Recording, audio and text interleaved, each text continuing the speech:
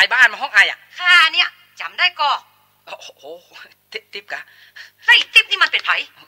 เมียไอ้นะกะเมียหยังเมียหลวงเนี่ยไอ้น้องคนนี้เป็นไผกะ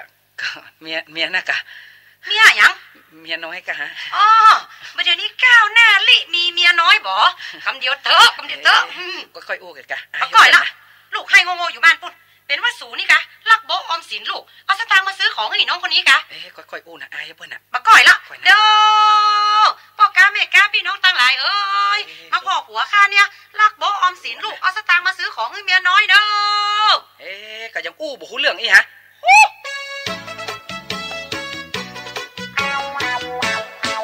ตายแล้วเรื่องใหญ่เมียหลวงด่าไปเมียน้อยด่ามาอันเมียน้อยก็สวดแต่ว่าเถียงไปเถียงมาวุ่นวายตกที่ผมเป็นคนเสียหายตกที่ผมเป็นคนเสียหายเพราะเมียหลวงด่าไปฝ่ายเมียน้อยก็ด่ามาน้องนี่ก็เหมือนกันนะหน้าด้านหน้าตาก็ดีบ่มีปัญญาหาผัวแล้วกะเซาะลูกผัวเจ้าบ้านป่นขอร้องเลยพี่บ่มีสิทธิ์จะมาว่าข้าเจ้านะพี่ก็เหมือนกันหน้าตาดีเสียดายไร้ปัญญามัดผัวคนเดียวไว้ก็บ่ได้ปล่อยให้ผัวมีเมียน้อยหน้าด้านพี่น่ะกะหน้าด้านชะนึกว่าเป็นใครได้กะผัวตัวงามกะหล่อก็บ่หล่องามก็บ่งามพอหูดังอย่างปลาหมึกถูกหนีบเขี้ยวอย่างป้ายจราจรห้ามเลี้ยวผิวกระดำอย่างขอนไม้บาดเสียงโหยังมาลงที่ไอ้เนี่ยเมื่อก่อนยังมาอู้อีฮะเถียงกันไปเถียงมาลงที่ไอ้คนเดียวอ่ะพ่อ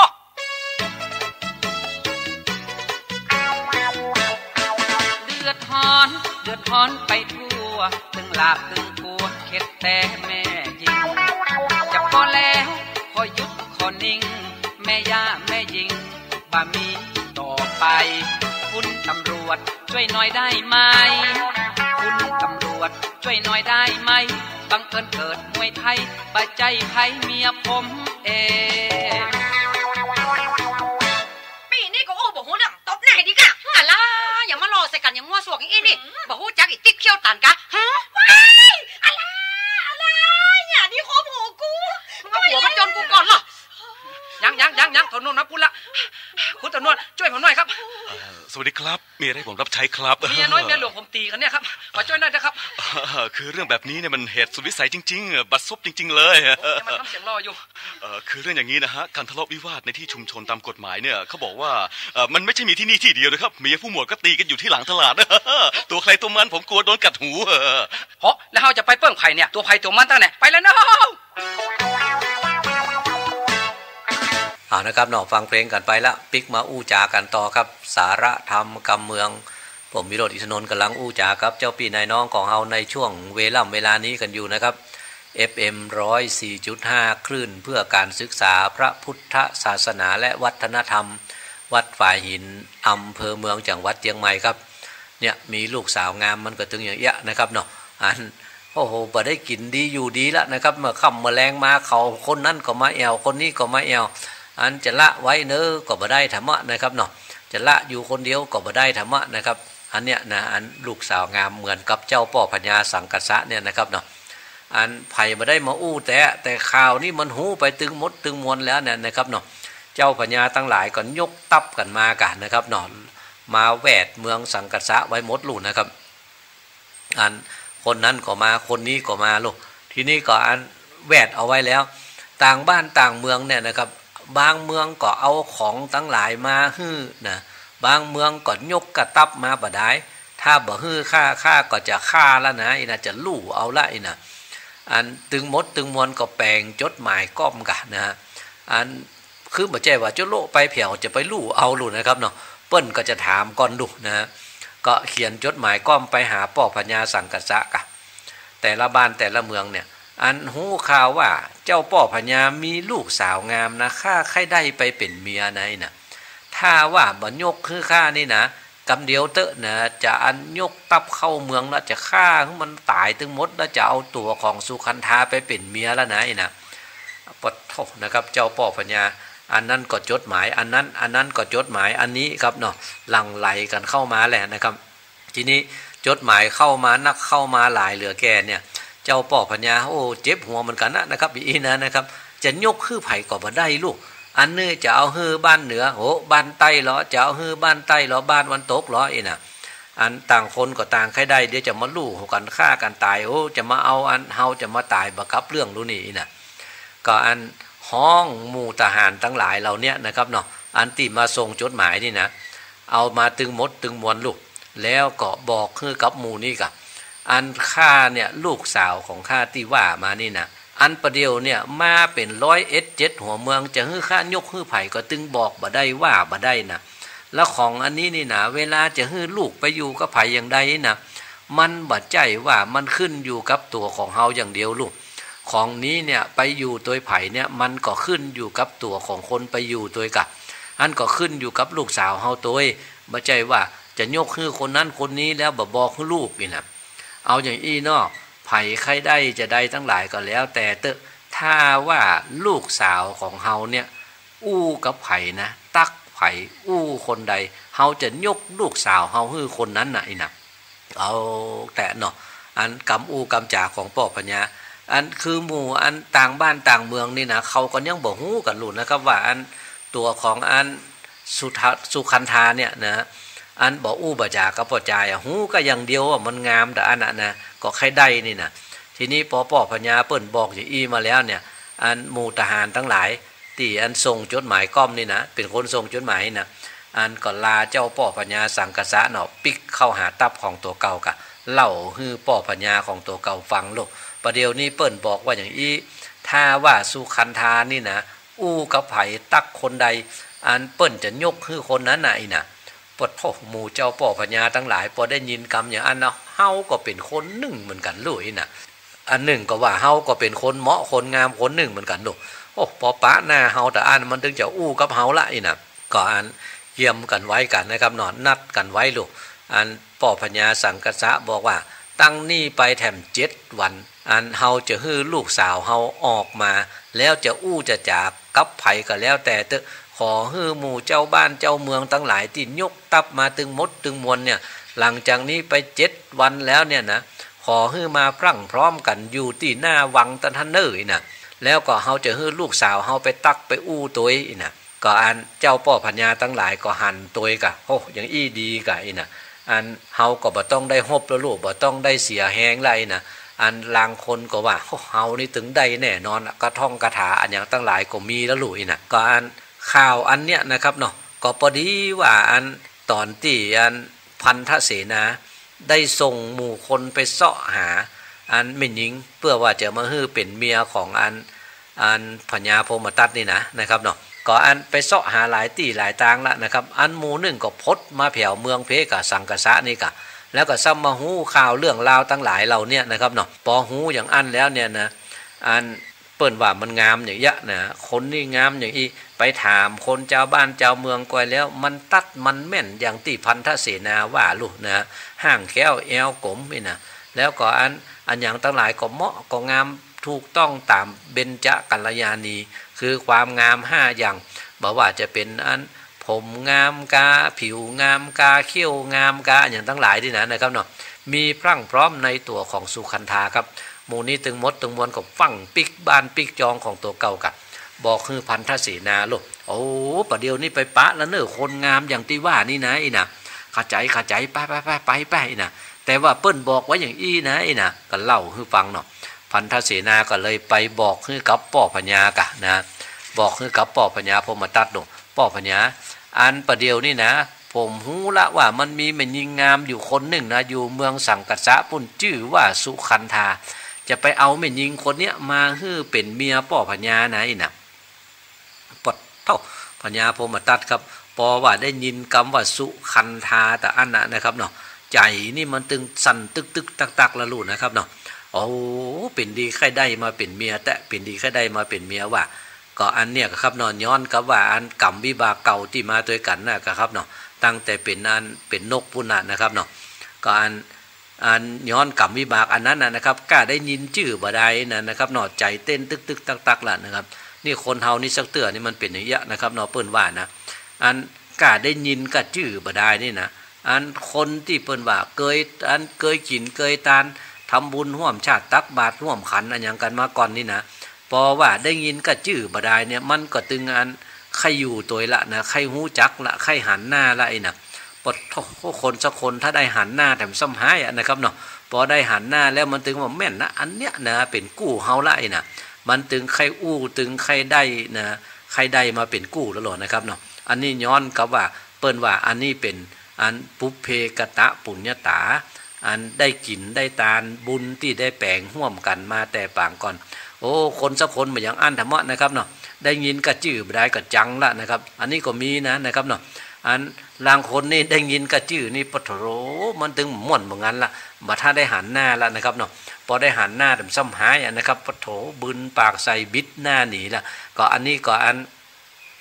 ก็กรรมวิบากเหมือนกันนะครับเนาะอันที่ได้แปลงไว้ปางก่อนนั่นน่ะอันเป็นศัตรูกันแต่ปางก่อนนะอันคนเฮาเนี่ยนะครับเนาะเปิ้นว่าโอ้แล้วเฮาจะไปผูกเวรกันไว้จะไปแปลงกรรมแปลงเวรกันไว้ไปถึงแผวเมื่อใดกันนั่นนะทำอย่างอันเนี่ยมันก็บ่สุดบ่เสี่ยงสักเตื้อกะมาบึนปากใส่กันในชาตินี้แถมโอ้ชาติหน้าไปแถมก็ซ้ำเป็นอย่างเอี้ยเพราะอันเนี่ยนะครับจังไผบ่สอบไผบ่หุมไผมาในชาตินี้นะครับเนาะอันปะหน้าแล้วจะมากึดบ่บึนปากใส่บ่าวละนะจะมาบิดหน้าหนีบ่าวละมันจะเป็นกรรมเป็นเวรต่อไปในวันตั้งหน้าแถมก็อโหสิกรรมให้กันไปนะเปิ้นว่าถ้าอย่างเงี้ยนะครับเนาะอันอยู่ไปในวันตั้งหน้ามันก็จะได้ดีอยู่นะครับก็อันปิกมาเรื่องของอันเจ้าป่อปัญญาพรหมทัตดีกว่านะครับเนาะได้ยินคำว่าสุขันธาตาอันใจเต้นตึกๆตักๆแหละแล้วเปิ้นซ้ำบอกว่าแถม7 วันหลังจากนี้ไปแล้วเนี่ยเปิ้นจะอันคือสุขันธามาอู้มาเสาะหากู้เข้าใจเว้ยๆแหละป่อปัญญาอีน่ะเอาล่ะครับเนาะป่อปัญญาก็สั่งหมู่ทหารของตัวเก่าก็เอาหมู่ทั้งหลายเฮ้ยเกี๊ยมครัวเกี๊ยมของเว้ยๆไปเฮาจะไปเมืองสังกัสสะปัดเดียวเนี่ยอีน่ะการเกี๊ยมครัวเกี๊ยมของอันอย่างทั้งหลายสั่งหมู่ทหารของตัวเก่ารุ่นนะครับเนาะอันเกี๊ยมจ้างเกี๊ยมม้าตึงเสนาตึงสีนะครับเนาะเปิ้นว่าอันบอกว่าเตียวตีนก็เป็นจ้างเป็นม้าการอย่างตึงมดตึงมวลนั่นนะครับได้เวลาดีแล้วพอเลิกหามยามดีแล้วก็ปากันยกขบวนของตัวเก่าออกจากบ้านจากเมืองกันนะครับปุณณะนะครับซื่อหน้าไปแผ่วสังกัสสะนครปุณณะเพื่อว่าจะไปเสาะหาจะไปเอาตัวของสุขันธามาเป็นเมียของตัวเก่าลูกนะครับเนาะไปก่อนนะครับเนาะอันไปแผ่วแล้วจะเป็นจะได้นะครับเนาะเพราะว่าเปิ้นมีหั่นตึง107หัวเมืองอันตัวเก่าไปพดไปแผ่วไปเมื่อล่าเมื่อลูนเปิ้นแล้วเนี่ยจะได้กาบ่ได้กาก็ยังบ่ฮู้นะครับเนาะก็เอาไว้กันวันหน้ากันแล้วกันนะครับวันนี้เวลาของสาระธรรมการเมืองมดเสี่ยงกันไปแล้วครับผมวิโรจน์ อินทนนท์ขอล่ำลาเจ้าพี่นายน้องของเฮาไปด้วยเวลาเพียงแต่ก่อนนะครับโชคดีมีใจเป็นของเจ้าพี่นายน้องเฮาจูผู้จูคนครับสวัสดีครับ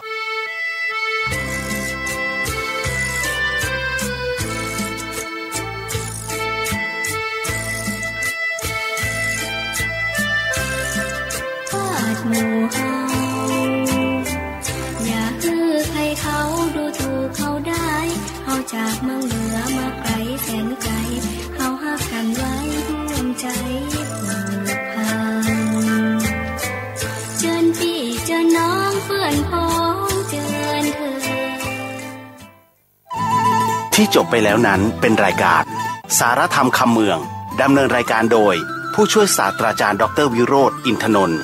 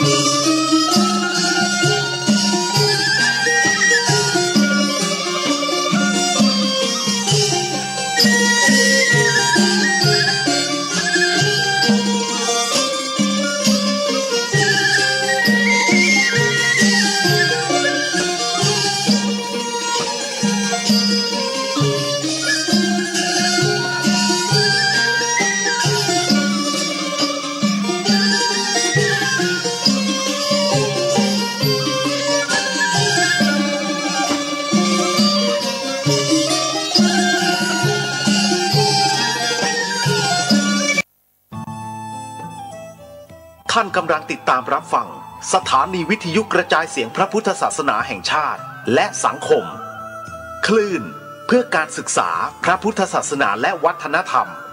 ระบบ FM 104.5 เมกะเฮิรตซ์ รายการต่อไปเป็นรายการสปะสาระล้านนาดำเนินรายการโดยพ่อหนานจูน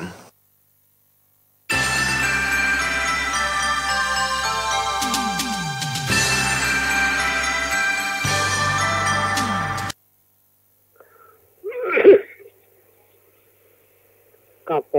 มขอนอบน้อมแด่องค์พระสรีสัพพัญโญพระพุทธเจ้าที่ไหวที่สาที่สักการะบูชาแก่คนและเทวดาทั้งหลายตลอดถึงบรรดาดีเจของสถานีวิทยุพระพุทธศาสนาแห่งชาติและสังคมขึ้นพระพุทธศาสนาเพื่อการศึกษาพระพุทธศาสนาและวัฒนธรรมตามจารีตนิทอยประเพณีอันมีมาแต่เก่าแต่ก่อนว่าคือในผ่อนสูญหายวันนี้ปนานจะได้มามาจาในสถานีวิทยุเกี่ยวกับเรื่องที่มีแฟนทางรายการเพิ่น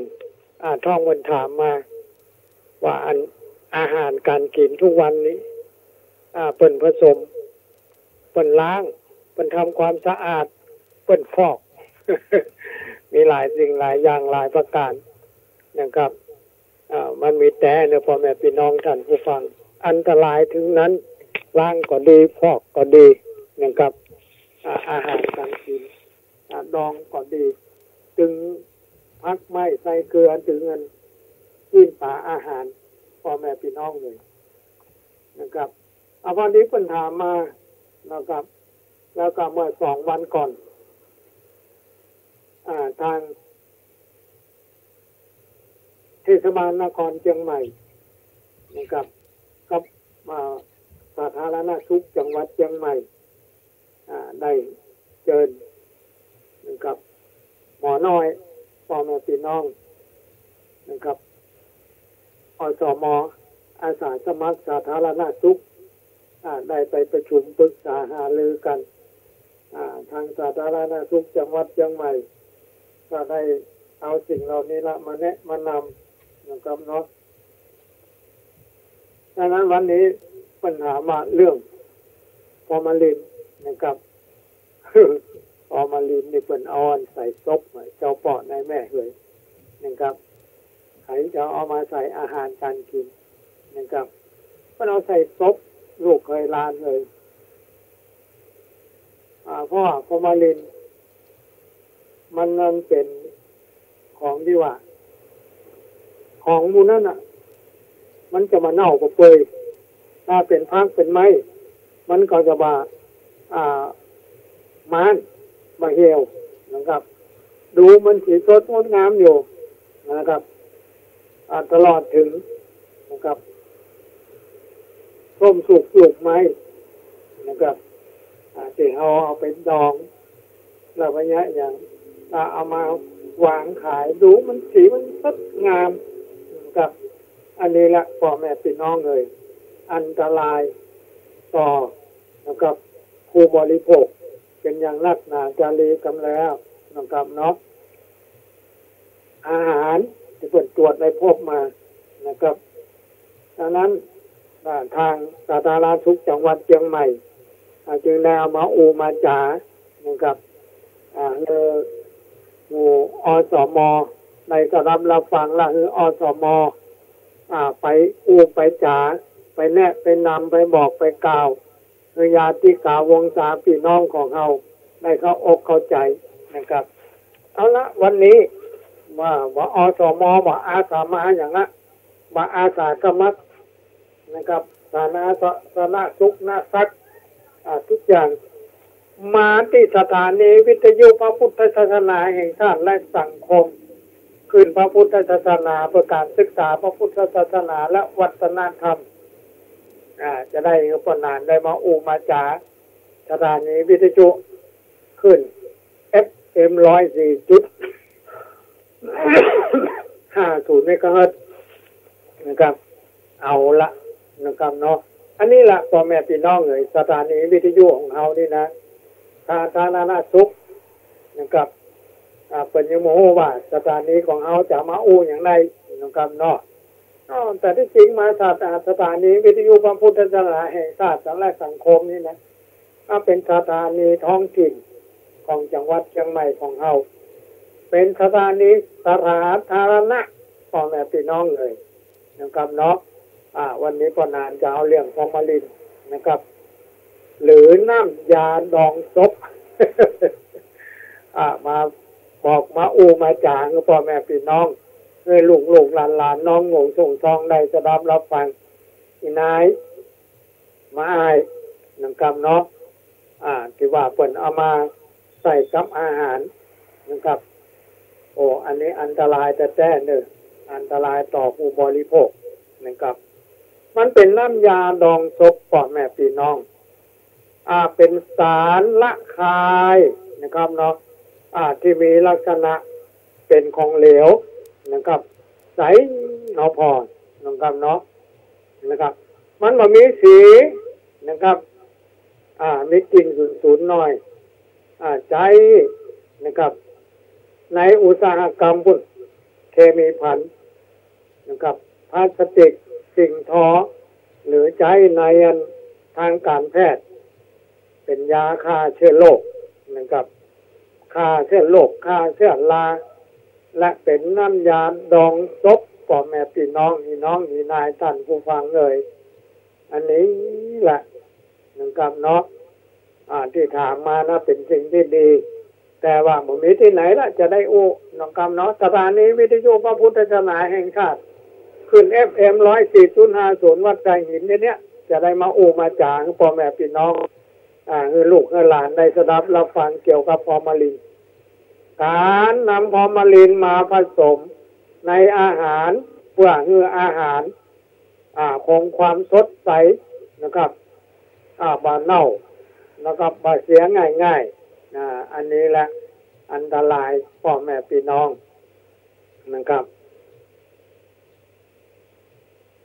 ฟอร์มาลินเป็นสารที่มีพิษต่อร่างกายนะครับถ้าหากเขาบริโภคโดยตรงอาจจะมีพิษเฉียบพลันคือมีอาการนะครับตั้งแต่ปวดท้องปวดหัวนะครับอย่างรุนแรงนะครับจะจะอ้วกออกมาอุจจาระเป็นอุจจาระล่วงหมดสตินะครับวาระสุดท้ายก็ตายในที่สุดพ่อแม่พี่น้องเลยอันนั้นฟังกันดีเถอะอันนี้พ่อนานก็เอาที่สาธารณสุขจังหวัดเชียงใหม่ของเขาเนี่ยพร้อมกับเทศบาลนครเชียงใหม่นะครับมาอูมาจ่าคือเขาได้สนับรับฟังคือได้หู้คิงกันเอามาไข่หู้คิงนะครับพ่อแม่พี่น้องเลยไปในการหันหมวกน้องกะหันส้มน้องกะอันมาตื่นมาต้องน้องกะโอ้มันสดใสมันน่ากินแท้ๆนะครับฉะนั้นคือระวังนะครับเนาะระวังถ้าเอามากินถ้าเปิดยากอย่างนั้นนะครับเนาะถ้ามันนักล่ำไปนะครับเนาะในที่สุดก็ตายนะครับบ่ต้องก่อกลัวบ่ปนถ้าได้รับปริมาณนักเข้าไปเนี่ยนะครับแน่นอนที่สุดตายทันทีในที่สุดนะครับได้รับปริมาณที่น้อยก็จะทำเพื่อการทำงานของตับของไตของหัวใจของสมองเสื่อมลงหมดพ่อแม่พี่น้องเลยพอมาลิ้นนี่นะสัมผัสจะละคายนะครับละคายเคียงคือผิวหนังจะปวดแสบปวดร้อนนะครับเนาะดังนั้นพ่อแม่พี่น้องท่านผู้ฟังท่านที่เคารพเลยโอ้เจ้าป่อนายแม่แค่นั่งรายการก่อนยังมาดีแต่ดีว่าขอห้องเป็นอาจารย์เถอะนะครับเนาะอาหารที่เรามักตรวจพบนะครับฟอร์มาลินก็มีอยู่หลายอย่างอาหารทะเล นี่แน่นอนนะครับเนาะผักสดต่างๆมาลกผักมันเฮานี่นะพ่อแม่พี่น้องปอกกล้ามไม้ขายนะครับเนาะโมโหจักบาปโมโหจักกรรมนะครับเนอะบัดดีนะครับเจ้าพ่อนายแม่เนี่ยถ้าเอามายะอย่างนั้นผลสุดท้ายนะครับตัวกรรมตัวเวรเราจะต้องได้รับมาเต็มๆนะครับอันนั้นน่ะผักสดเนี่ยนะครับเนาะผักกาดขาวผักกาดปีนะครับผักทุกชนิดทำมือเป็นสดใสอยู่แต่ว่าเขาดูแล้วมันบางอันนะครับเนาะมันเป็นน้ำยาที่ใสๆนะพ่อแม่พี่น้องเลยถ้าเอาไปแจ่พักเนี่ยพักมันก่อนจะสีสดอยู่ฮะนะครับเนาะถ้าเนื้อสัตว์นะครับเนาะมันก็พอแล้วโอ้เนื้อมันแดงมันสดมันงามดีเอาละนะครับเนาะลาบ นะครับเนาะเครื่องในสัตว์อย่างหนึ่งนะครับอันนี้คุณหมอนะครับเนาะสาธารณสุขไปตรวจพบมาหมดแล้วของหมดนี่นะครับอันนี้ล่ะเจ้าปอดนายแม่เลยนะครับคือระวังนะครับเนาะถ้าเอามาย่าครบย่ากินลูกเด็กเล็กแดงภูมิต้านทานของมันมีน้อยลูกเด็กเล็กแดงของเขาน่าจะมีปัญหาก่อนนะครับแล้วก็เขาก็จะหมดนะครับหมดอย่างหมดกระเป๋านะครับเนาะต้องพาลูกไปโรงพยาบาลไปหาหมอนะครับโอ้อันนี้แหละก็นี่วิธีเลยหลีกเลี่ยงพ่อแม่พี่น้องนะครับหมอสาธารณสุขจังหวัดเชียงใหม่เพิ่นบอกกับวิธีหลีกเลี่ยงอันตรายจากฟอร์มาลินนะครับเนาะนะครับในย่านยาในมันเนาะจะหลีกเลี่ยงจะป้องกันอย่างไรอันนี้แหละพ่อแม่พี่น้องเป็นของที่ลำบากแต่ถึงวันนี้ปอกกาแม่กานายขายนะครับเนาะเพิ่นก็ขายได้เงินได้ทองนะครับมีคนมาแนะมานำมาบอกมากล่าวก็เลยหันว่าโอ้มันดีนะครับก็เลยเอาไปรักษาของขายของตัวเก่าบอกฮู้กันว่ามันจะเป็นอันตรายต่อญาติพี่น้องของตัวเก่านะครับเมื่อต้องการซื้ออาหารทะเลนะครับผักสดต่างๆและเนื้อสัตว์นะครับสาธารณสุขจังหวัดเชียงใหม่จะบอกว่าคือในตรวจนะครับเนาะโดยการเนี่ยใดดมกลิ่น เอาไปดมของเพิ่นนะบางคนเพิ่นมาพอใจแบบเปิงใจนะครับคุณหมอเอ๋ยเอาไปซื้อพักก็เอามาดมนี่นะครับเนาะเดี๋ยวมันกับแลตามหมักก็ใช่มันอดมาได้มันก็บอกว่าถ้าไปซื้อก็มันต้องซื้อมันต้องมาดมอย่างไปซื้อที่อื่นมันก็ได้นะครับจะเกิดทะเลาะวิวาทกันขึ้นมากันอันเนี้ยคุณหมอสาธารณสุขเอาหาอะไรแก้ได้อย่างไรนะครับก่อนนะครับนำมาปรุงอาหารควรจะล้างคือสะอาดเอาอย่างนี้ก็อย่างไรอยู่กันนะครับล้างคือสะอาดเนี่ยก่อนนะครับเนาะก็ถ้าจะดีนะคุณหมอนะถ้าเอาไปดมแบบนี้นะมันจะมีปัญหาจะมันทะเลาะวิวาทกันนะครับเนาะเดี๋ยวก็ถ้าหม่อมมีอัญญะมันยังก็จะได้ขึ้นศาลกันนะว่านะครับเนาะอันนี้แหละนะครับคนเฮาถึงวันเนี่ยใจดำอำมหิตกันหมดนะครับเนาะเหมือนสมัยโบราณเนี่ยโอ้มาได้เพิ่นได้กินหยังนะครับบ้านไกลเรือนแขงก็ได้กินด้วยกันหมดนะครับเดี๋ยวนี้พอโตเข้าบ้านกับปิดประตูออกบ้านกับปิดประตูนะครับอยู่ตัวไปตัวมันทั้งนั้นถึงวันนี้นะครับเนาะเนี่ยมันจัดลำบากกับคุณหมอเลยลำบากแต่นะลำบากอกลำบากใจของเจ้าบ้านนะครับเนาะดังนั้นความพัฒนาดีนะจากหน่วยเคลื่อนที่เพื่อความปลอดภัยนะครับด้านอาหารนะครับเนาะ กลุ่มงานนะครับคุ้มครองผู้บริโภคและเภสัชสาธารณสุขสำนักงานสาธารณสุขจังหวัดเชียงใหม่นะครับได้มาบอกมากล่าวนะครับแต่ว่ามันก็จะมีปัญหาละคุณหมอถ้าไปดมกลิ่นของเปิ้นนะครับเนาะอันนี้ก็แม่ก้านั่นนะครับถึงยิงถึงใจนะมันบอกพอใจเอานะครับเขาก็เอานะหาทางเอาเปิ้นเขาบอกว่าเอาไปล้างเอาไว้ล้างให้สะอาดนะครับเนาะล้างคือมันเหมือนเนี่ยน้อยหนึ่งนะครับเนาะเอาด่างทับทิมมาล้างนะครับแล้วอันก็เอาพักกิเล็กมา แต่น้ำพักกิเล็กเกินล้างกันนะครับเนาะอันนี้น่ะอันที่มีของดองนี่นะครับมันเป็นสารนะครับเนาะสารที่นั่นที่ปัญญาเอามาใส่นะอย่างพักดองบ้านเฮาแต่ก่อนน่ะมันมีเชื้อรา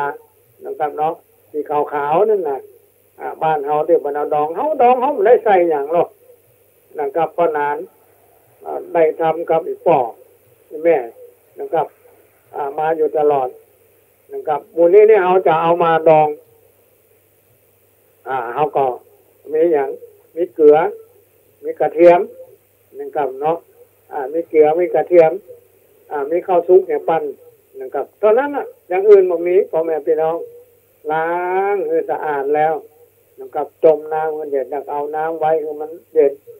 แล้วก็เอาพักเข้ามากันเอาแล้วก็มาเข้าใส่ในไหนะครับเขาเอากระเทียมเขาใส่เอา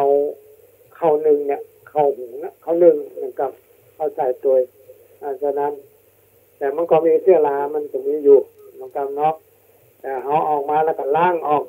เพราะมันมีสารโลกมันก็พอเป็นอย่างเท่าใดนะครับเอามาเดียวเนื้อของใส่สารกันลานะพ่อแม่พี่น้องท่านผู้ฟังอาจารย์ที่ถามอาจารย์ที่แนะนำได้ถามมาเปิดแนะนำมาหูจักกันในชื่อนะครับของอันเวลาเนี่ยนะครับเนาะเป็นว่าสารกันนะครับกันเวลานะครับผู้อยู่ในอันอาหารจอมอาหารดองนะครับเพราะว่าไม่มีพวกอันที่อันผลิตอาหารบางรายนำมาใส่เป็นสารกันเสียในอาหารมักดองเพื่อป้องกันเชื้อราขึ้นและคือเนื้อของผัก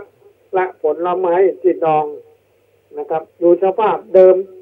น่ากินน่ารับประทานนะครับเนาะบ่เสียง่ายแต่หูก่อน เขากินลงไปกับอันตรายถึงนั้นพ่อแม่พี่น้องนะครับอันตรายต่อผู้ที่บริโภคนะครับอันนี้คุณหมอเพิ่นก็ไปสำรวจออกมานะมีหลายสิ่งหลายอย่างก็เลยมาบอกมากล่าวอันนั้นสถานีวิทยุพระพุทธศาสนาแห่งชาติและสังคมขึ้น FM 104.50 เมกะเฮิรตซ์นะครับถึงได้บอกได้กล่าวได้แนะได้นำท่านทั้งหลายได้ยินได้ฟังนะครับเนาะปอก้าแม่ก้าก็ไม่ต้องฟังละ คนที่จะกินเนี่ยฟังนะครับ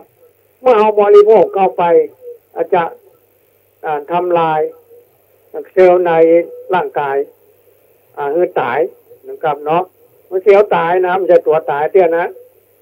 หากบริโภคเข้าไปนั่งนะครับเนาะจะทำลายเยื่อบุนะครับเยื่อบุกระเพาะอาหารและลำไส้ทำให้เป็นแผลในกระเพาะอาหารและลำไส้นั่นจะว่าเป็นโรคกระเพาะใช่ไหมนะครับเนาะเอากระไว้ตรวจโรคกระเพาะนะครับแต่ที่เขากินลงไปเนี่ยมันไปกัดนะครับความดันโลหิตตามจนช็อกได้นะครับหรือในบางรายนะครับที่แม่บริโภคเข้าไปนะครับเนาะบนักบนาเนี่ยแต่ว่าถ้ามัน แพ้สารกันลาแล้วก็จะทำให้เป็นผื่นคันขึ้นตามตัวอาเจียนหูนี่นะครับเนี่ยถ้าเป็นผื่นคันขึ้นเต็มตัวนั่นนะมันเป็นเชื้อราเนี่ยนะครับมันเป็นก็เป็นสารกันลาเนี่ยแหละนะครับมันจะทำให้เรามีปัญหานะครับอาหารที่มาตรวจพบสารกันลานี่นะครับเนาะพักและผลไม้ดองฟังกันนะพ่อแม่พี่น้องอีน้องอีนายนักเรียนนักศึกษานะครับได้เปิดเอามาขายนะครับเฮามาหาแล้วมันสวยสดงดงามผลไม้ดองนี่นะครับเนาะมันดึงน่ากินแต่พ่อแม่พี่น้องอันนั้นน่ะพักและผลไม้ดองนะครับก็คือระวังนะครับน้องคือระวังวิธีหลีกเลี่ยงอันตรายจากสารกันลานะครับเลือกซื้ออาหารสดใหม่ๆหลีกเลี่ยงอาหารมักดองหรือถ้าจะบริโภคให้เลือกซื้อจากแหล่งผลิตที่น่าเชื่อถือได้อันนี้ก็เป็นสิ่งที่ดีจะเอาจะไปหู้จะได้เปิดเอามาจากที่ไหนนะครับเนาะดังนั้นส่วนมากคนขายก็ยังไปซื้อของเปิดมาแถมทอดหนึ่งอันนี้แหละพ่อแม่พี่น้องท่านผู้ฟังนะครับเนาะสาธารณสุขก็เป็นห่วงนะครับเอาสม.ไปประชุมไปไปจ๋านะครับเนาะกับชุมชนนะครับเนาะไปไปจ๋าบางครั้งบางทีแต่ละที่นะครับแต่ละชุมชนคนใดไปอบรมมานะครับเนาะไปประชุมมาไปอบรมมาก็ได้ตึกกับเขานะพ่อแม่พี่น้องนะครับเนาะอันนี้มันดีแต่ดีว่านะครับเนอะนะครับประธานอสม.ชุมชนบ้านอุณาลีนะครับเปิดได้ไปมาแล้วก็เปิดก็ได้เอามานะครับคือปนานได้ได้จ๋านะครับปนานก็อสม.เท่านะครับเนาะเป็นอสม.เมื่อปีพ.ศ. 2547นะครับเนาะแต่ตอนนั้นมันมีใครนะครับจะไปอบรมนะครับเนาะมันต้องมาขอมาจักมาจุงไปนะครับ2547นะครับ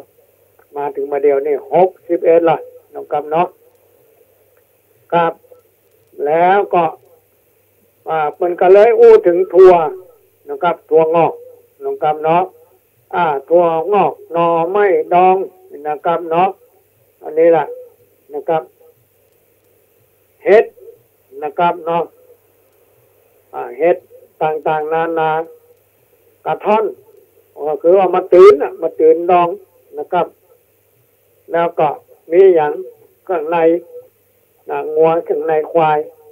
พายขี้ริ้วเป็นหัวนางเป็นบอกว่านะครับเนาะนะครับแล้วขนมจีนพ่อแม่พี่น้องอันเนี้ยน้ำตาลทรายนะครับที่มันฟอกขาวนั่นนะพ่อแม่พี่น้องบางคนนี่นั่นน้ำตาลทรายแดงมากินนะครับเนาะมันรู้เหมือนงามนะครับไปเอาน้ำตาลที่เป็นฟอกขาวนั่นมาอันนั้นตัวอันตรายเกลือพ่อแม่พี่น้องเกลือนะครับเนาะอันนี้สถานีวิทยุพระพุทธศาสนาแห่งชาติและสังคมขึ้น FM 104.50 เมกะเฮิรตซ์วัดไฟหินนะครับเนอะได้เอามามาจ่ามาบอกมากล่าวนะครับสารฟอกขาวนะครับเนาะหรือว่าสารโซเดียมนะครับไฮโดรซัลไฟด์นะครับเนาะหรือผงสักมุ้ง เป็นสารเคมีที่ใช้ในการอุตสาหกรรมพ่อแม่พี่น้องเช่นใยไหมแหหวนนะครับพบว่ามีอันผูค่าบางลายนำมาใช้พอกขาวในอาหารเพื่อให้อาหารมีความขาวใสน่ากินนะครับเนาะน่ารับประทานเอาบ้านเราว่าน่ากินนั่นนะครับเนาะ นะครับก็น่ารับประทานก็น่ากินนะนะและดูใหม่อยู่เสมอซึ่งเป็นอันตรายต่อสุขภาพในพ่อแม่พี่น้องเนอะอันนี้สถานีวิทยุนะครับพระพุทธศาสนาคือ FM 104.50 เมกะเฮิรตซ์วัดไฟหินก็เป็นห่วงพ่อแม่พี่น้องเหมือนกันนะครับเนาะท่านพระครูนะครับอาจารย์พระครูสมุวิสุวัตรบอกว่าปนานเอาเถอะมาเป็นยังนะครับเนาะนะครับอาหารที่มักจะตรวจพบเลยนะอาหารฟอกขาวเนี่ยนะครับเนาะจากนั้นถั่วงอกขิงซอยนะครับยอดมะพร้าวนะครับเนาะพวนวัดสาวมะพร้าวนะครับเนาะมาตื่นมาต้องดองหน่อไม้ดองน้ำตาลนะครับเนาะมะพร้าวทุเรียนกวนนะครับเนาะอันตรายต่อผู้บริโภคนะครับเลือกซื้อหาอาหารที่สะอาดนะครับที่ใกล้เคียงกับธรรมชาติมะขาวจนผิดปกติเนี่ยเอามากินคงจะปลอดภัยอยู่นะครับวิธีหลีกเลี่ยงอันตรายจากสารฟอกขาวพ่อแม่พี่น้องเมื่อสัมผัสสารฟอกขาวโดยตรงจะทำให้ผิวหนังอักเสบเป็นผื่นแดงและถ้าบริโภคเข้าไปจะทำให้เกิดอาการอักเสบนะครับในอวัยวะที่สัมผัสอาหารเช่นปากลำคอกระเพาะอาหารทำให้เกิดอาการปวดหลังปวดศีรษะอาเจียนแน่นหน้าอกหายใจไม่ค่อยออกหายใจไม่สะดวกความดันโลหิตนะครับลดลงอย่างรวดเร็วหากบริโภคเกิน30 กรัมจะทำให้ทายเป็นเลือดนะครับก็จะจักจะหมดสติหายใจไม่ออกไตวายโอ้โหไตวายอย่างก็ตายพ่อแม่พี่น้องเลยนะครับเนาะอันนี้แหละนะครับเนาะทางสถานีวิทยุพระพุทธศาสนาแห่งชาติและสังคมก็ได้เป็นห่วงเหมือนกันนะครับขึ้น FM 104.50 เมกะเฮิรตซ์วัดไฟหินนะครับเนาะก็เกี่ยวกับสภาพสาระเรื่องนะพ่อแม่พี่น้องท่านผู้ฟังปนานก็เลยได้เอามามาจางกันนะครับเนาะอาหารที่ตรวจพบนะครับเนาะบ่แรกใช่ไหมบ่แรกนะครับเนาะเป็นสารบ่แรกนะครับเนื้อสัตว์นะครับเนื้อสัตว์และผลิตภัณฑ์จากเนื้อสัตว์นะครับเช่นหมูนะครับหมูสดหมูบดปลาบดนะครับทอดมันลูกชิ้นไส้กรอกทับทิมกรอบผลไม้ดองเป็นต้นนะครับเนาะบอแรกนะครับเพิ่นเอามาใส่เอามาทำอันนี้แหละพ่อแม่พี่น้องท่านผู้ฟังท่านที่จะรบเลยอันตรายแท้ๆนะครับเด้อหลีกเลี่ยงได้ก็พากันหลีกเลี่ยงเถอะอันนั้นลายต่อผู้บริโภคผู้ขายเพิ่นก็ขายได้เงินได้ทองบางทีผู้ขายก็มาได้ทำไปซื้อของเพื่อนมานะครับเนาะเอาก็ไปจดกันก็มาได้เข้าใจวิธีหลีกเลี่ยงนะอันตรายนะครับเนาะอย่างที่ได้บอกไปนะครับเนาะเอาละวันนี้ก็พอไปพอมาก็น่าเสียดายพ่อแม่พี่น้องเวลาเขาก็หมดละนะครับเนาะเวลาก็หมดเวลาเต็มแล้วนะครับเนาะก็ขอลากันเพียงแต่นี้ก่อนนะครับเนาะก่อยปกก่อยป้าก่อยอู้กันแทมนะครับวันต่อไปนะครับเนาะวันนี้ก็ขอสลีสวัสดีท่านประสงค์องค์เจ้าทุกตนทุกองค์ทุกวัดทุกวาขอสวัสดีบรรดาแฟนทางรายการท่านผู้ฟังทุกท่านทุกครูทุกคนมีความสุขกายสบายใจ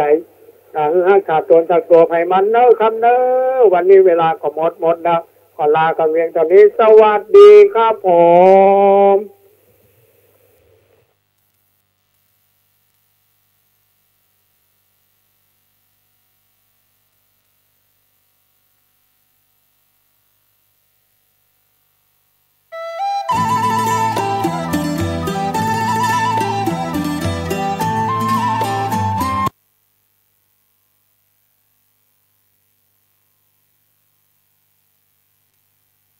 ธงชาติและเพลงชาติไทย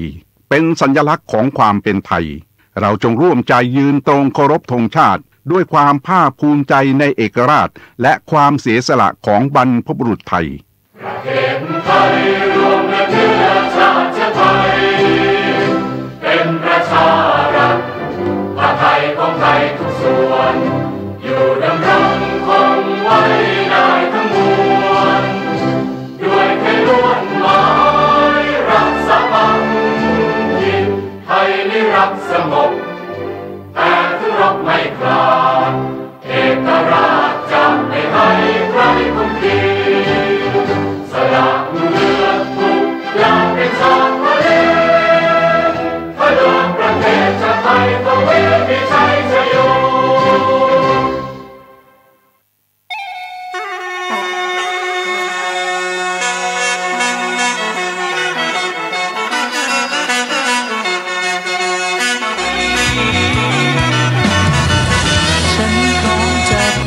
สะพานเพื่อให้เธอข้ามไปปลายทางที่ฝันจะพาถึงฝันดังที่ตั้งใจฉันพร้อมจะเป็นสะพานเพื่อให้เธอข้ามสู่ความร่มเย็นสดใสวันนั้นอีกไม่ไกลสิ่ง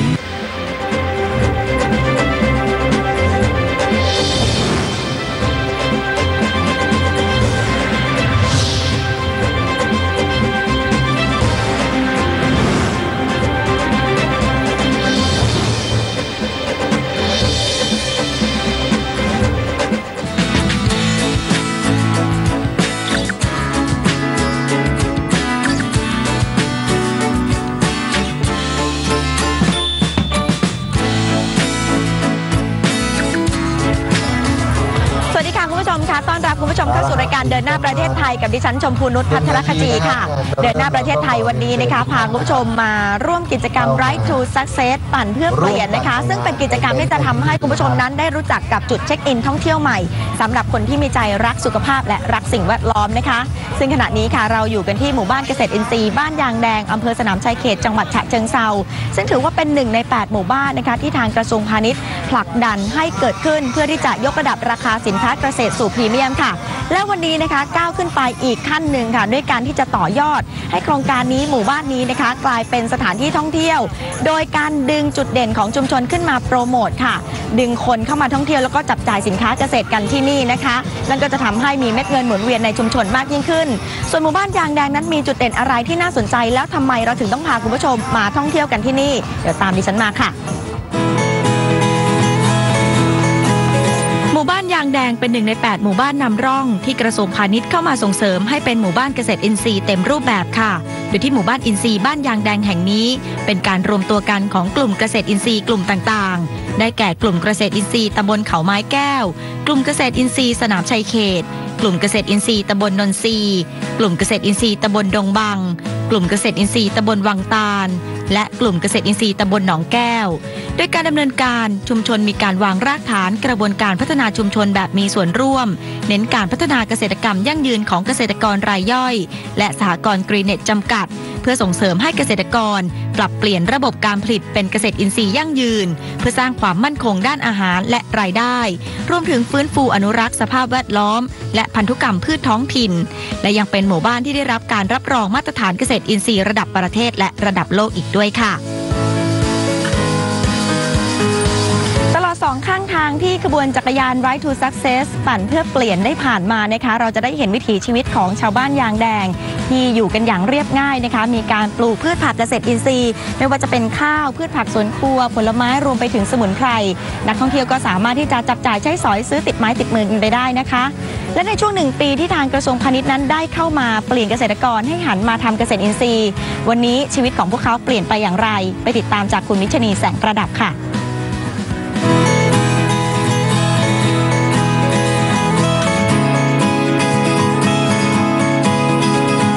เข้ามาในแปลงผักของหมู่บ้านอินทรีย์หรือ Organic Village บ้านยางแดงตำบลคูยายหมีอำเภอสนามชัยเขตจังหวัดฉะเชิงเทราสบายใจมากๆเลยค่ะ สูดอากาศได้เต็มปอดเพราะที่นี่ไม่ใช้สารพิษในการปลูกพืชผักมากว่า 20 ปีแล้วสังเกตดูผักต่างๆตามแปลงก็งดงามเขียวชอุ่มบรรยากาศโดยรวมนั้นสวยงามไม่แพ้รีสอร์ทเจ๋งๆเลยทีเดียวนะคะเกษตรกรชาวหมู่บ้านยางแดงต้อนรับพวกเราด้วยความเป็นมิตรบอกเล่าเรื่องราวดีๆจากการปรับวิถีทำการเกษตรจากแปลงผักที่ใช้สารเคมีกำจัดศัตรูพืชมาสู่สวนเกษตรอินทรีย์เงินทองก็มีมากขึ้นหมดหนี้หมดสินมีเงินเก็บส่งลูกเรียนจบปริญญาตรีได้สบายๆค่ะสุขภาพก็ดีขึ้นอย่างเห็นได้ชัดจากที่เคยต้องไปรักษาตัวยังโรงพยาบาลทุกๆ2 เดือนเดี๋ยวนี้แข็งแรงทั้งสุขภาพกายและใจก็เปลี่ยนแบบสุขภาพเราดีขึ้นไงเพราะเราไม่ได้อยู่กับสารเคมีแล้วแบบทำไร่มันจะก็ฉีดยามันก็ป่วยใช่ซึ่งการปรับตัวมาทำแปลงเกษตรอินทรีย์นั้นใครที่คิดว่ายากเกษตรกรเขายืนยันนะคะว่าไม่ยากอย่างที่คิดเลยค่ะพอเราเก็บผลผลิตปั๊บแล้วก็จะพึ่งไปขายแล้วเอาไอ้พันธุ์นั้นมาขยายต่อไปไอ้ค่าแรกเนี่ยเราไปรับจ้างออกมาเป็นทุนแค่ปีเดียวคุณตั้งตัวได้หมู่บ้านเกษตรอินทรีย์บ้านยางแดงหวังรากฐานพัฒนาชุมชนแบบมีส่วนร่วมเน้นพัฒนาเกษตรกรรมอย่างยั่งยืนของเกษตรกรรายย่อยเพื่อสร้างความมั่นคงด้านอาหารและรายได้รวมถึงฟื้นฟูอนุรักษ์สภาพแวดล้อมและพันธุกรรมพืชของท้องถิ่นค่ะความสุขจากการทำเกษตรอินทรีย์ของผู้ใหญ่นั้นเด็กๆเขาสัมผัสได้นะคะคุณผู้ชมลูกๆหลานๆของชาวหมู่บ้านยางแดงนั้นเต็มใจที่จะสืบทอดวิถีเกษตรอินทรีย์แบบที่ไม่ต้องกังวลว่าจะไม่มีใครสืบทอดค่ะหนูน้อยคนนี้เรียนอยู่ป .5 เองนะคะแต่ว่ามุมมองของเธอที่มีต่อเกษตรอินทรีย์ซึ่งเธอตั้งใจที่จะสานต่อนั้นน่าภูมิใจชะมัดค่ะหัวใจสำคัญคือเกษตรอินทรีย์เป็นผักที่ไม่มีปลอดสารพิษถ้าปลูกอยู่ที่บ้านก็จะดีอยู่ด้วยแล้วไม่ต้องไปซื้อใครมีเงินเก็บไว้ใช้เกษตรก็ดีต่อตัวเราก็ไม่ต้องไปหาใครหรอกค่ะเราทำตัวเราเองได้ไม่มีสารพิษตกค้างด้วยค่ะสินค้าเกษตรอินทรีย์ที่บ้านยางแดงเป็นสินค้าที่มีคุณภาพและมาตรฐานระดับโลกได้รับการรับรองมาตรฐานทั้งมาตรฐานเกษตรอินทรีย์นานาชาติหรือ IFOM มาตรฐานของสหภาพยุโรปและแคนาดารวมถึงมาตรฐานการรับรองแบบมีส่วนร่วมหรือ PGS และมาตรฐาน Organic Thailand อย่าลืมหาเวลาว่างแวะมาอุดหนุนกันนะคะก็ชัดเจนแล้วนะคะคุณผู้ชมคะว่าการหันมาทำเกษตรอินทรีย์นั้นช่วยยกระดับรายได้ให้กับเกษตรกรค่ะจากการที่สามารถที่จะจำหน่ายสินค้าเกษตรได้ในราคาที่สูงกว่าการทำเกษตรทั่วไปนะคะที่สำคัญเกษตรกรยังมีสุขภาพที่ดีเพราะว่าห่างไกลจากสารพิษและนอกจากนั้นนะคะการยกระดับชุมชนให้เป็นแหล่งท่องเที่ยวเช็คอินใหม่ก็จะทำให้มีเม็ดเงินหมุนเวียนในชุมชนมากขึ้นเช่นเดียวกันค่ะและวันนี้นะคะดิฉันอยู่กับท่านอธิบดีกรมการค้าภายในคุณวิยฤทธิ์กัลยาณมิตรนะคะหัวเรี่ยวหัวแรงสำคัญกับการขับเคลื่อนโครงการนี้สวัสดีค่ะท่านอธิบดีค่ะสวัสดีครับท่านขาวันนี้เรามาเปิดโครงการหมู่บ้านเกษตรอินทรีย์ที่บ้านยางแดงให้เป็นแหล่งท่องเที่ยวใหม่ตรงนี้เนี่ยที่ไปที่มาสำคัญเป็นยังไงบ้างคะท่านคะครับคือถ้าพูดถึงที่มาที่ไปนะฮะคือเราต้องเข้าใจกันก่อนว่าตอนนี้เกษตรอินทรีย์เนี่ยเป็นเรื่องที่รัฐบาลให้ความสำคัญมากต้องถือเป็นวาระแห่งชาติเลยนะครับเมื่อปีที่แล้วเนี่ยคณะรัฐมนตรีมีมติเห็นชอบแผนยุทธศาสตร์เกษตรอินทรีย์เป็นแผน5ปีตั้งแต่ปี2560ถึง2564ตรงนี้เราก็มีวิสัยทัศน์ที่จะให้ประเทศไทยเป็นศูนย์กลางในภูมิภาคนี้เลยในเรื่องของการผลิตเรื่องของการบริโภคเรื่องของการค้าสินค้าและบริการด้านเกษตรอินทรีย์เพราะฉะนั้นเป้าหมายตามยุทธศาสตร์ของรัฐบาลเนี่ยตั้งใจที่จะให้มีการเพิ่มพื้นที่การผลิตสินค้าเกษตรอินทรีย์จากปัจจุบันเรามีอยู่สักประมาณ 300,000 ไร่นะฮะทั่วประเทศไทยนี่เลยต้องการที่จะภายใน5ปี2564เนี่ยจะต้องเพิ่มเป็น 600,000 ไร่เป็นอย่างน้อยปัจจุบันเรามีเกษตรกรที่ทำเกษตรอินทรีย์ทั่วประเทศอยู่สักประมาณ10,000 กว่ารายนะตามแผนยุทธศาสตร์นี้เราจะเพิ่มจำนวนให้เป็นไม่น้อยกว่า 30,000 รายนะนี่เป็นเรื่องที่สำคัญมากและที่สำคัญที่สุดตอนนี้ตลาดของสินค้าเกษตรอินทรีย์ในประเทศไทยเนี่ยนะฮะ คือเราผลิตได้ปีหนึ่งประมาณ 2,300 ล้านบาทนี่เป็นมูลค่าทั้งหมดเลยที่เรามีการผลิตแต่ที่น่าเสียดายนิดนึงคือมันไปอยู่ต่างประเทศเป็นหลักพวกเราเองคนไทยในประเทศเนี่ยเราก็ยังให้ความสนใจน้อยเกินไป เพราะฉะนั้นการบริโภคสินค้าเกษตรอินทรีย์ในประเทศไทยเนี่ยมันก็เลยยังน้อยอยู่สัดส่วนปัจจุบันที่ผมบอก 2,300 ล้านบาทเนี่ยมันอยู่ในประเทศไทยแค่ 20% เท่านั้นเองนะที่เหลือส่งออกหมดเลย 80% เพราะนั้นคนไทยยังบริโภคสินค้าเกษตรอินทรีย์น้อยนี่ก็เป็นที่มาที่ไปครับที่ทางกรมค้าภายในเนี่ยก็ได้ทำโครงการที่ผมเรียนแล้วว่าเราทำแผนยุทธศาสตร์ใช่ไหมยุทธศาสตร์เราก็ต้องเริ่มต้นจากข้อแรกเลยสร้างการรับรู้เสร็จปั๊บขั้นที่2เราต้องทำให้เกษตรอินทรีย์ในประเทศไทยมีมาตรฐานมันมีเครื่องหมายมาตรฐานเยอะแยะทั้งระดับอินเตอร์ทั้งระดับประเทศมีiPhoneนะฮะที่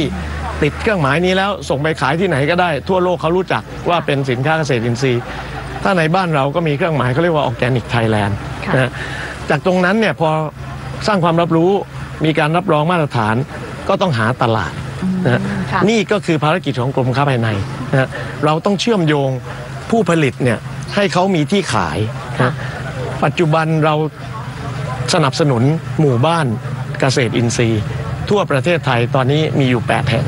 นะเพราะนั้นวันนี้เราก็เลยมาจัดกิจกรรมนะเป็นการเราใช้ภายใต้คอนเซปต์ว่าปั่นเพื่อเปลี่ยน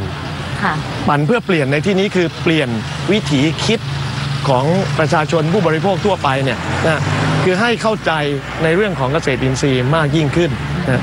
วันนี้ก็มีนักปั่นเข้าร่วมเยอะเลยนะครับประมาณร่วม200 คนแล้วเราก็จะสื่อสารประชาสัมพันธ์เรื่องนี้ออกไปนะการปั่นวันนี้ก็ประมาณ45 กิโลเมตรรอบหมู่บ้านยางแดงเนี่ยเขาก็จะไปแวะตามแปลงเกษตรอินทรีย์ต่างๆแล้วก็สถานที่ที่มีความเกี่ยวข้องกับการทำเกษตรอินทรีย์เขาก็จะมีความรู้ความเข้าใจมากขึ้นทีนี้ในส่วนของหลักเกณฑ์การคัดเลือกให้เข้ามาเป็นหมู่บ้านเกษตรอินทรีย์ที่สามารถต่อยอดเข้าสู่เรื่องของการท่องเที่ยวได้ด้วยเนี่ยเรามีหลักเกณฑ์คัดเลือกยังไงคะท่านคะคือหลักๆแล้วเนี่ยคือหมู่บ้านเกษตรอินทรีย์ต่างๆเหล่านี้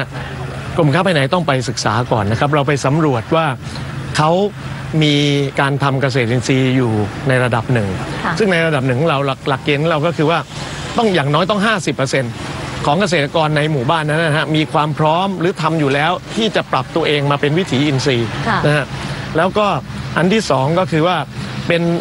ผลิตผลการเกษตรของชุมชนพื้นบ้านนะในลักษณะนั้นแล้วก็ที่สำคัญที่สุดคือเขาต้องมีความตั้งใจในการจะปรับเปลี่ยนตัวเองมาเป็นวิถีอินทรีย์นะเพราะฉะนั้น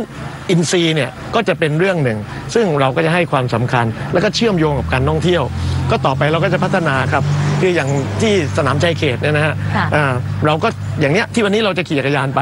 เดี๋ยวคุณแอนก็จะเห็นแล้วว่ามันจะมีแหล่งต่างๆที่สามารถพัฒนาเป็นแหล่งท่องเที่ยวได้เยอะเลยเราก็จะสื่อออกไปตรงนี้ประชาสัมพันธ์ออกไปร่วมมือกับการท่องเที่ยวเชิญชวนให้คนมาเที่ยวเพราะนั้นมันก็ยิงปืนนัดเดียวได้นก2 ตัวใช่ไหมฮะคือคนที่มาเที่ยวก็จะมีความรู้ความเข้าใจมากขึ้น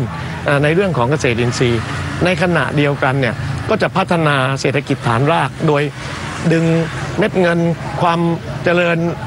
เศรษฐกิจต่างๆที่มากับการท่องเที่ยวค่ะอย่างปีนี้เนี่ยเราทำโฟกัสที่8หมู่บ้านหลักๆนี้หรือว่ามีแผนที่จะขยายไปยังหมู่บ้านอื่นๆด้วยค่ะตอนนี้สำหรับปี2561เนี่ยนะครับเรามีแผนที่จะขยายไปอีก4หมู่บ้าน4หมู่บ้านตอนนี้มีแผนแล้วก็กระจายกันไปตามภูมิภาคต่างๆคืออย่างที่เรียนนะฮะเราต้องไปสำรวจก่อนพอเราสำรวจได้ข้อมูลมาแล้วว่าหมู่บ้านตรงนี้มีศักยภาพและข้อสำคัญคือชุมชนในหมู่บ้านพี่น้องเกษตรกรเนี่ยเขาเอาแน่เอากับเราแน่เพราะฉะนั้นตอนนี้หลักการของกระทรวงพาณิชย์เราใช้หลักการที่เรียกว่าการตลาดนำการผลิตนะฮะคือเราดูก่อนว่าตลาดต้องการอะไรนะตลาดอยู่ที่ไหน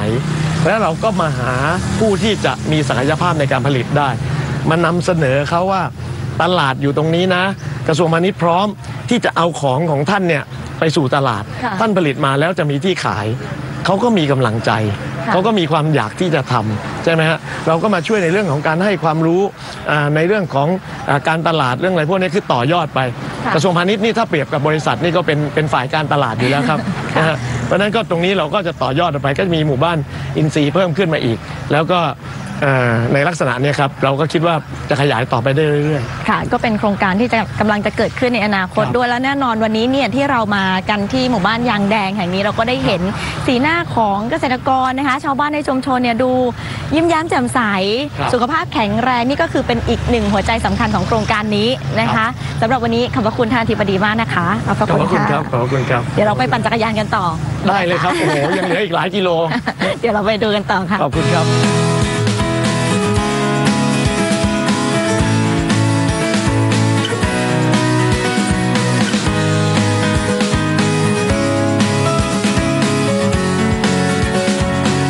นะคะดิฉันก็ได้มาอยู่กับนักท่องเที่ยวกลุ่มแรกค่ะที่ได้มีโอกาสนะคะมาท่องเที่ยวชื่นชมวิถีชีวิตของชุมชนบ้านยางแดงด้วยสวัสดีค่ะเป็นยังไงบ้างคะวันนี้มาปั่นจักรยานแล้วก็มาเที่ยวด้วยรู้สึกสนุกค่ะได้มาปั่นจักรยานแล้วก็ได้มาเจอชาวบ้านค่ะแล้วก็วิธีการปลูกผักปลอดสารพิษค่ะเยอะแยะค่ะอยากซื้อกลับบ้านไหมอยากซื้อค่ะอ๋อค่ะแล้วทางน้องนะคะเป็นยังไงบ้างปกตินี่สายปั่นอยู่แล้วหรือเปล่าใช่ครับก็ปั่นบ้างครับไม่ถึงกับเป็นสายปั่นมากแต่ก็รู้สึกดีใจครับวันนี้ที่ได้โอกาสมาเห็นชุมชนเห็นสวนเห็นแปลงเกษตรอินทรีย์ครับแล้วก็ถ้าเป็นไปได้มีโอกาสก็จะแนะนำเพื่อนๆชวนกันมาปั่นที่นี่อีกครับการทำเกษตรอินทรีย์หรือว่าสินค้าออร์แกนิกเนี่ยเป็นเรื่องที่เราสนใจอยู่แล้วแต่วันนี้มีโอกาสได้มาลงพื้นที่ครับคือได้มาเห็นวิถีชีวิตของคนในชุมชนที่เขาทำจริงๆแล้วก็สามารถที่จะจำหน่ายสินค้าที่มาจากวิธีคิดแบบเกษตรอินทรีย์ได้ด้วยผมก็เลยรู้สึกว่ามันเป็นแบบมันครบวงจรสามารถต่อยอดได้มันดีอ่ะมันเป็นการท่องเที่ยวที่นุ่นว่ามาเถอะได้ออกกำลังกายอย่างวันนี้เราก็ได้ปั่นจักรยานได้มาดูแบบสิ่งแวดล้อมที่ดีแล้วก็ที่สำคัญคือมันเหมือนเป็นการช่วยส่งเสริมอาชีพหลายๆอย่างให้มันเกิดขึ้นในชุมชนนะคะช่วยกันนะคะ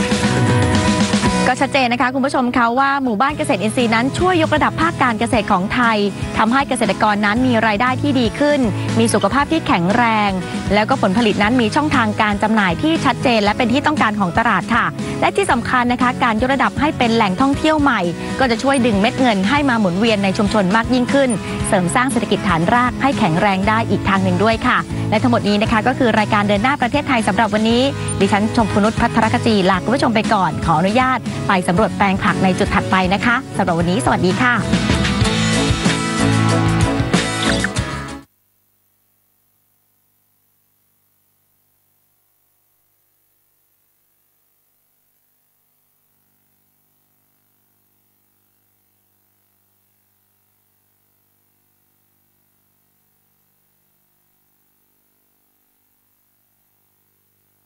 ฟังสถานีวิทยุกระจายเสียงพระพุทธศาสนาแห่งชาติและสังคมคลื่นเพื่อการศึกษาพระพุทธศาสนาและวัฒนธรรมระบบ FM 104.5 เมกะเฮิรตซ์รายการต่อไปเป็นรายการพระไตรปิฎกลอยฟ้าดำเนินรายการโดยพันเอกตนัสเดชะ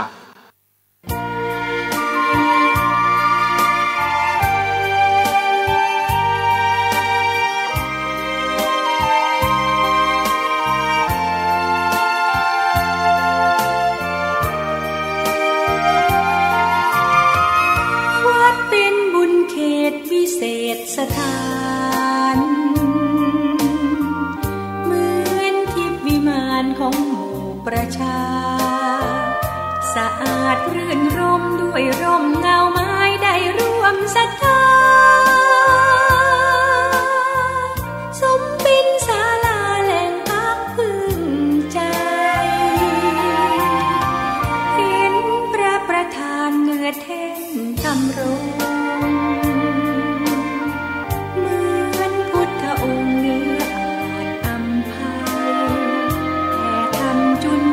โอ้เพื่อเรามองปัดป้องปวงไทยผู้น้อมดวงใจกราบไหว้วันตาวัดเล็กหรือใหญ่นั้นไม่สำคัญวัด